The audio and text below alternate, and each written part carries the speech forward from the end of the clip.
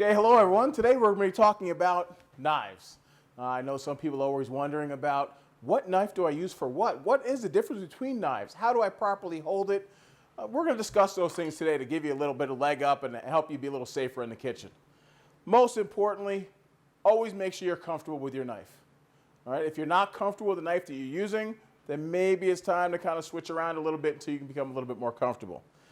As you see on my board here, I do have 4 different knives. All right? They all have their own purpose. This little paring knife is what a lot of people like to use. And why they like to use a paring knife? It's small. They can control it easily. All right? The problem with the paring knife, though, is you're going to need to make a lot more cuts. If I'm cutting up this nice big red pepper, I have to make a lot of cuts with this. The law of statistics has taught me the more cuts I make, the more likely I am to have an accident.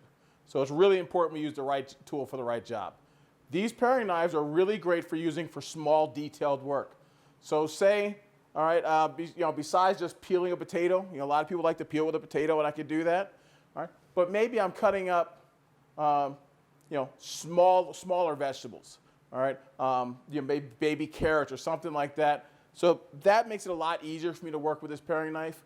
Or if I'm doing some garnish work, if you want to get into fruit carvings or vegetable carvings, this is really your best tool for that, is your paring knife. All right, so it is a great tool to have. This next one here is what's called a boning knife. You can usually tell that by the shape. It has a thinner profile on the blade. All right, this is great for, just like it sounds, for boning. So say I want to take a whole chicken and I want to take that chicken apart into pieces. This boning knife works really well because I can get into those smaller crevices without leaving too much of the meat on the carcass. So I'm able just to take the meat away and leave the bones behind. Same thing if I had a boned-in piece of meat, boned-in piece of beef. Maybe I want to do a nice outlaw ribeye or cowboy ribeye steak. All right, I could take that and work my way around those bones, all right, to clean up those bones with a boning knife. Works very well for that. Next is our serrated knife. It's that wonderful knife that has those nice bumpy grooves on it. Okay, with those serrated knives, all right, most people just call them a bread knife because that's its main purpose, is for slicing bread. But what a lot of people don't think as well, it's also really good for slicing anything soft. So say I have some tomatoes that got really ripe. If I were to take any of these other knives and do that tomato, I'm going to squish that tomato because I need to use that pressure to make that knife work properly. But with the serrated knife, I can gently saw through it, so that really ripe tomato, I'm not smushing it, but I'm still able to get a nice cut on it. So really for this one, breads or anything really soft works out fantastic with that. And then a knife that does most of the work in the kitchen. This is a knife you should really start to get comfortable with. This is what's called a chef knife, or also referred to as a French chef knife. Right? These knives should be doing a lot of the work. All right? They do big chopping, so I can chop, I can mince, I can dice, I can julienne, or any of those other wonderful culinary terms that we use for slicing things up. But this is the one that I want to use. What I want to do when I'm properly holding this knife is I take my index finger and thumb, I pinch on the blade. And a lot of people think, I don't want to get on the blade, but this is your proper way. You want to pinch onto the blade first, wrap your other 3 fingers around the handle, and now that knife has become an extension of your hand. You know you're holding it right when you can look at the spine of that knife. It comes through the center of your hand and through the center of your arm. It's now an extension. What a lot of people like to do is they hold it like this, and they chop, chop, chop away. And what that does, it eventually wears out your wrist because you're flicking more with your wrist than you are actually slicing or using the way this knife was intended to be used. Right? Another thing people like to do is they put their finger on top.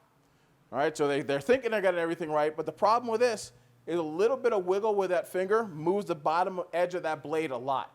So now if I'm cutting and all of a sudden I move that a little bit, I may end up cutting something I don't want to. So you can stay a lot safer just by simply pinching the blade, wrapping your fingers around the handle, and now you're in proper position. The next mistake people make is they go straight up and down with knives. Knives are not designed as choppers. They're designed to slice. Because I'm going to keep the first inch of that blade on my cutting board, and I'm going to push down and forward.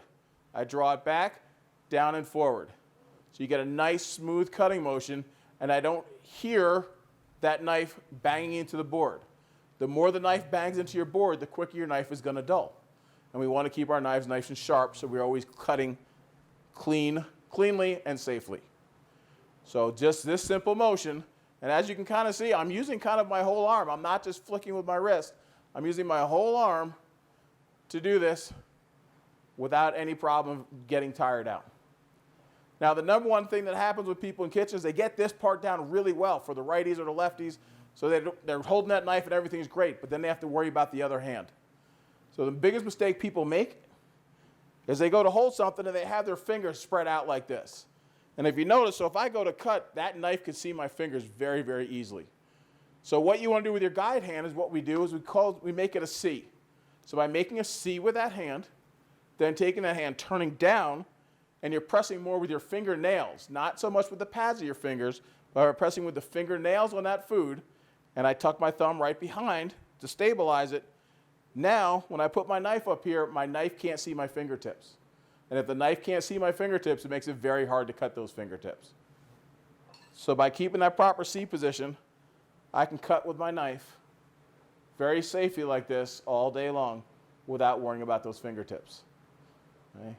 This is the thing you got to watch out for is make sure you keep that thumb tucked behind.